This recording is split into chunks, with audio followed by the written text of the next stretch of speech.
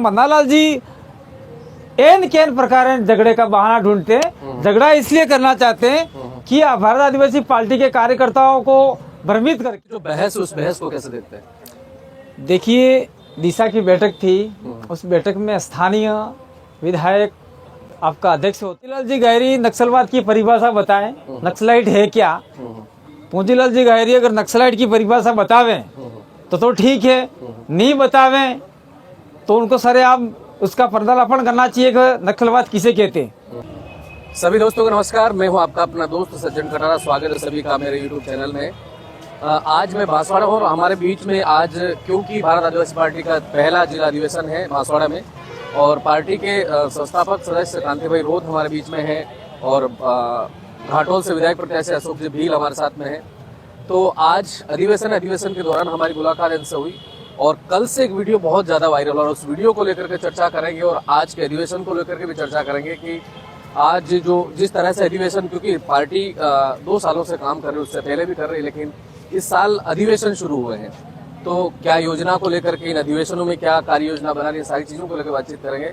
तो सर, स्वागत है हमारे चैनल में आपका। धन्यवाद, जोहार आपके चैनल को। अधिवेशन को लेकर के सर दर्शकों को बताएं कि क्या कार्य योजना है।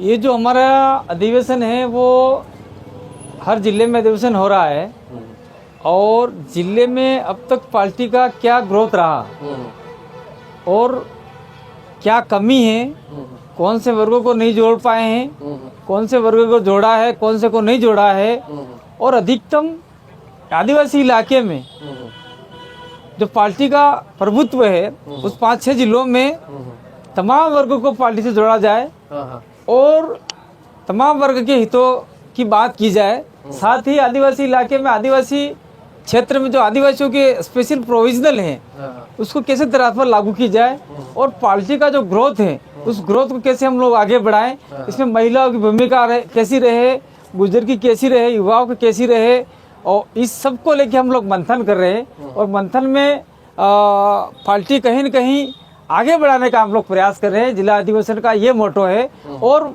मोटो खास करके ये है कि अभी कुछ समय में नगर पालिका परिषद के चुनाव आ रहे हैं। उस चुनाव में पार्टी अपने दमखम के साथ में किस प्रकार से वार्डों पे कब्जा करे और पालिका और परिषद पे कब्जा करे।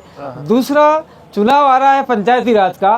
पंचायती राज के अंदर जिला परिषद और पंचायत समिति सदस्य, उन पे कैसे हम लोग अपना प्रभुत्व जमाए, अधिकतम आपकी प्रधान बनाए, अधिकतम जिला प्रमुख बनाए, इस प्रकार से हम फोकस डाल रहे हैं। तो खास करके मोटो ये है अधिवेशन करने का, ये चल रहा है अधिवेशन में आज की तारीख। आप डूंगरपुर से हैं और आप चुनाव भी लड़े थे और कई समय से, क्योंकि इस पार्टी का आधार स्तंभ आप हैं।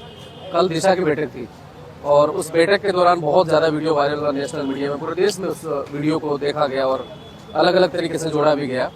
सांसद मन्नालाल जी रावत और सांसद राजकुमार रोध जी हैं, आसपुर से विधायक उमेश डामोर हैं, अनिल कटारा जी हैं, सभी उस बैठक में शामिल है, क्योंकि जिले के क्षेत्र में जो आते वो सब लोग थे।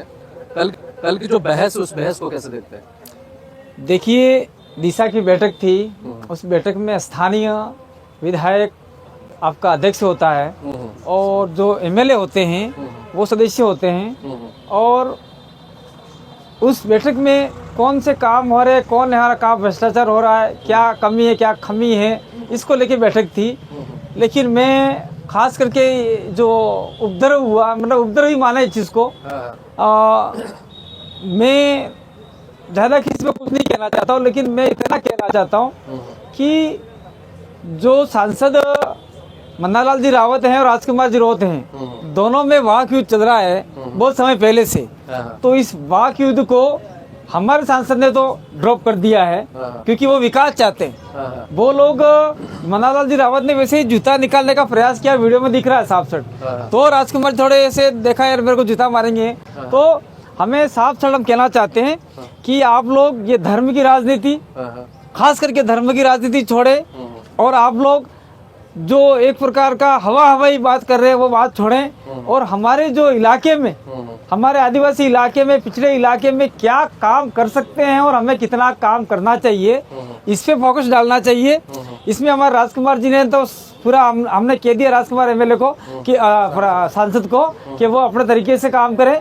तो भाई सांसद हमारे अपने तरीके से काम करे, पर मन्नालाल वो आंदोलित करके उसको उनको उचकाना चाहते हैं ताकि वो कोई एक अलग प्रकार का काम कर देवे और उनके ऊपर पुलिस केस हो जावे ताकि वो जेल में बंद हो जावे। और हम लोग आने वाले पंचायती राज चुनाव है और नगर निगम नगर पालिका का चुनाव है, सरपंच का चुनाव है, उसमें भारत आदिवासी पार्टी के लोगों को नहीं जाने देवे और उन लोगों को हम लोग जेल में डाल देवे। ये उनका मामला चल रहा है। उनका जैसे वो कागज बता रहे थे कि ये केंद्र सरकार की गाइडलाइन, भारत सरकार की गाइडलाइन, उसमें 96 बिंदु है, उस पर फोकस किया जाए। और फिर वो ये भी कह रहे थे कि मेरा मतलब जो अलग गलत शब्दों से तू करे शब्दों, तुम जैसे शब्दों का अपमान किया, वो धमकी दी, इस तरह की बातें कर रहे थे। आपने वो वीडियो देखा होगा, आपका क्या विश्लेषण? देखिए मेरा विश्लेषण यही है कि भाई अशोक तू की जाए, सजन तू की जाए, तब की जाए, काका तमें की दो, ये हमारे यहाँ का लैंग्वेज है। हमारा भीली भाषा का, भीली बोली शब्द का एक वाक्य है, तू तमें, जैसे अंग्रेजी में यू और भीली में तू, तो ये शब्द है, उसमें कोई तू तो कर शब्द नहीं होता है। और या तो ये शब्द भीली भाषा को जानते ही नहीं है, ऐसा मुझे लगता है। और जिस प्रकार से वो आवेश में आ गए, वहाँ वीडियो साफ साफ देख रहे हैं, राजकुमार भाई तो बोल ही नहीं रहे और वो lover lover lover lover lover lover बोल ही रहे। मैं मन्नालाल जी को इतना कहना चाहता हूँ कि भाई आपका संसदीय क्षेत्र उदयपुर है, उदयपुर के अंदर जाडोल, कोटला, फलासिया, गोगुंदा में आदिवासी बच्चियों का देश शोषण हो रहा है, वो बेसी जा रही है। वहाँ तो आप लोग बोल नहीं रहे, वहाँ आप लोग काम नहीं कर रहे हैं। और जिस इलाके में सब ज्यादा एजुकेशन है, डूंगरपुर में सब ज्यादा पढ़े लिखे लोग हैं, वहाँ आके आप लोग जो काम हो रहा है उस काम को बिगाड़ने का काम कर रहे हैं। हमने साफ साफ देख लिया है। वो तो खुदा न खास्ता मैं होता तो मामला कुछ अलग हो जाता, क्योंकि प्रकृति ने मुझे थोड़ा ड्रॉप किया 2019 में, कहा आपको अभी सांसद नहीं बनना है। इसके बाद में मेरा एक्सीडेंट हो गया, इसके बाद में राजकुमार भाई सांसद के लिए चुनाव लड़े, हमने सब यस कर दी। चुनाव अगर मैं लड़ा होता और मैं सांसद होता तो भाई मन्नालाल जी वहाँ जो तू तुकारे बोल रहे हैं या जो भी अपने हिसाब से कर रहे हैं, मैं तो कतई बोलने नहीं देता, या तो उनको बाहर बिठा देता या उनको रवाना कर देता। मेरा साफ साफ कहता है। एक और बात की, जब से वीडियो वायरल हो रहा है, यहाँ भाजपा के जिला अध्यक्ष पूजीलाल जी गए, उनका एक वीडियो क्लिप हमने देखा, उसमें वो बोल रहे हैं कि चुने हुए जनप्रतिनिधि को डराना धमकाना और बाहर आकर के लड़ने जैसी बात करना और उनको ऐसे अपमानित शब्दों से प्रयोग करना, तो ये नक्सलवाद जैसे शब्द क्यों यूज करते हैं? तो ऐसा उनका कहना है। वो वीडियो बहुत वायरल हो रहा है, उसके ऊपर क्या? देखिए पूजीलाल जी गहरी नक्सलवाद की परिभाषा बताएं, नक्सलाइट है क्या? पूजीलाल जी गहरी अगर नक्सलाइट की परिभाषा बतावें तो ठीक है, नहीं बतावें तो उनको सरेआम उसका पर्दालापन करना चाहिए कि नक्सलवाद किसे कहते हैं। और मन्नालाल जी एन केन प्रकार झगड़े का बहाना ढूंढते हैं। झगड़ा इसलिए करना चाहते हैं कि भारत आदिवासी पार्टी के कार्यकर्ताओं को भ्रमित करके वहाँ आदमी आमने सामने तुतुकारे हो जाते हैं। उन्होंने सारी राजनीति नहीं देखी, ऐसा लग रहा है मेरे को तो। राजनीति देखी होती तो ये शब्द का तुझ शब्द का प्रयोग नहीं करते। संसद के अंदर देख लीजिए, जूते भी पड़ते हैं, आमने सामने झपटा झपटी हो जाती है, शर्ट खिंचाव भी हो जाता है। तो एक पैशन होना चाहिए राजनीति आदमी के अंदर, और कौन से शब्दों को हम लोग क्या बोल रहे हैं वो शब्द का इस्तेमाल उन्होंने जिस प्रकार से नक्सलवाद का किया है वो हम सिरे से खारिज करते हैं। या तो पूंजीलाल गहरी नक्सली है, क्योंकि नक्सलवाद की परिभाषा नहीं बताएगा तो वो खुद नक्सली है। और बार बार कोई कुत्ता पागल हो गया, पागल हो गया, पागल हो गया यूं कहेंगे तो लोग समझेंगे सही में कुत्ता पागल हो गया है, तो कुत्ते को मारने के लिए दौड़ेंगे। तो ये जो जितने भी लोग नक्सलाइट की शब्द परिभाषा कर रहे हैं उनको मैं कहना चाहता हूँ कि अगर मान लीजिए आप लोगों ने जानबूझकर हम पे टैग लगा दिया इस आदिवासी, हम पे नहीं पूरे आदिवासी इलाके के ऊपर, तो आपका भी जीना मुश्किल हो जाएगा। क्योंकि नक्सलाइट लोग इधर आ जाएंगे तो वो गोली देखेंगे नहीं कि ये बीजेपी का आदमी है, ये बाप का आदमी है, कांग्रेस का आदमी है, ये किसी पार्टी का आदमी है, वो नहीं देखेंगे। नक्सलाइट की गोली किसी को नहीं देखती है। इसीलिए मैं इस इलाके में तमाम पार्टियों को कहना चाहता हूँ, ये नक्सलाइट, नस्लवाद, जाति वाती, धर्म, ये सारी चीजें त्याग कर हमें आदिवासी इलाके में किस प्रकार से विकास करना चाहिए, किस प्रकार से इस पिछड़े इलाकों को आगे बढ़ाना चाहिए, किस प्रकार से हमारे रिजर्वेशन को आगे बढ़ाना चाहिए। मैं तो पूंजीलाल गहरी को इतना कहना चाहता हूँ कि फालतू काम की बकवास करते हो, आप ओबीसी कैटेगरी के अंदर आते हो, ओबीसी के लिए आप आवाज क्यों नहीं उठाते हो? ओबीसी के लिए आवाज उठानी चाहिए। यहाँ की सरकारी नौकरियों में ओबीसी को जरा सा भी रिजर्वेशन नहीं है। आदिवासी क्षेत्र में राजकुमार पहला व्यक्ति है जो विधानसभा में बोला था कि इस आदिवासी इलाके में ओबीसी को रिजर्वेशन मिलना चाहिए। तो आप लोग क्यों सोए हुए थे? अब आपकी सरकार है। आपको मैं कहना चाहता हूँ, बीजेपी के जितने भी लोग ओबीसी में हैं, चाहे पाटीदार हो, चाहे कलाल हो, चाहे गायरी हो, चाहे जो भी है, उनको कहना चाहता हूँ सरकार के सामने अपना प्रस्ताव पास करवाए और कहें कि आदिवासी इलाके में ओबीसी को स्पेशल रिजर्वेशन मिलना चाहिए। और पुलिस में सीने में छूट, लंबाई में छूट, वजन में छूट, एज में छूट, ये अगर आप लोग काम करवाते हो तो आप निश्चित रूप से आप सच्चे राजनीतिक हो, सच्चे कार्यकर्ता हो। नहीं तो इन आदिवासी इलाके में जो सहसंबंध रहता है, चाहे वो ओबीसी हो, दलित हो, आदिवासी हो, माइनॉरिटी हो, उसके अंदर दिवस मामला का जो आप बीज रोपण कर रहे, ऐसा काम नहीं करे। मैं गहरी साहब कहना चाहता हूँ, आप ओबीसी के लिए लड़ो, हम आपके साथ में।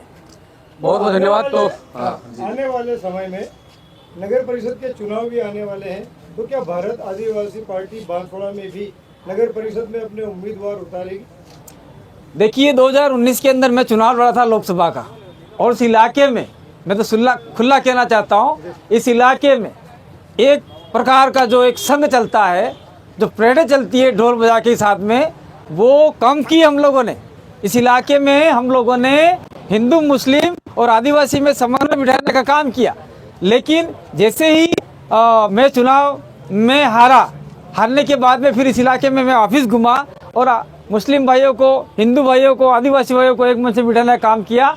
और जैसे ही हमने यहाँ पर उस समय बीटीपी थी और निर्दलीय प्रत्याशी के रूप में हम उतारने का प्रयास किया, तो अधिकतम कांग्रेसी ने अधिकतम मुस्लिमों को सीट दी और वो 14-15 के आसपास वो सीट जीते। तो हम लोग ये चाहते हैं अब की बार कि बांसवाड़ा के अंदर ये तीसरा मोर्चा है जो रजिस्टर्ड हो चुका है, मान्यता प्राप्त हो चुका है, राज्य स्तरीय दर्जा प्राप्त हो चुका है, उसका सिंबल भी आपका फाइनल हो चुका है। ये हॉकी स्टिक है, हॉकी स्टिक वाला है। इसमें आप लोगों को कतई घबराने की जरूरत नहीं है। हम चाहेंगे कि बांसवाड़ा, डूंगरपुर, प्रतापगढ़, उदयपुर और सिरोही वाले इलाके में निश्चित रूप से हम लोग ये आपका नगर पालिका, नगर निगम का चुनाव जहां लोग इच्छुक होंगे लड़ने के लिए, दावेदार होंगे, उनके लिए हम लोग निश्चित रूप से मैंडेट देंगे और वहां हम लोग उन लोगों को जिताने का काम करेंगे। और नगर परिषद के अंदर आपका सभापति या नगर पालिका के अंदर अध्यक्ष बनता है, तो कौन सा आदमी बनेगा, कौन सा नहीं बनेगा, वो हम निर्णायक भूमिका में रहेंगे, हम लोग बनाएंगे। बहुत बहुत धन्यवाद। आखिर में मैसेज दर्शकों को?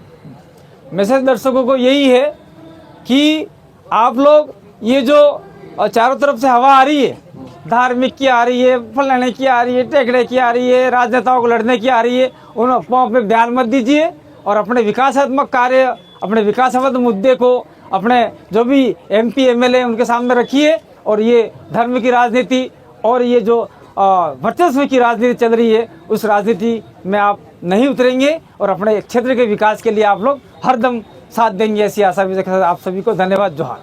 बहुत बहुत धन्यवाद सर। चलो।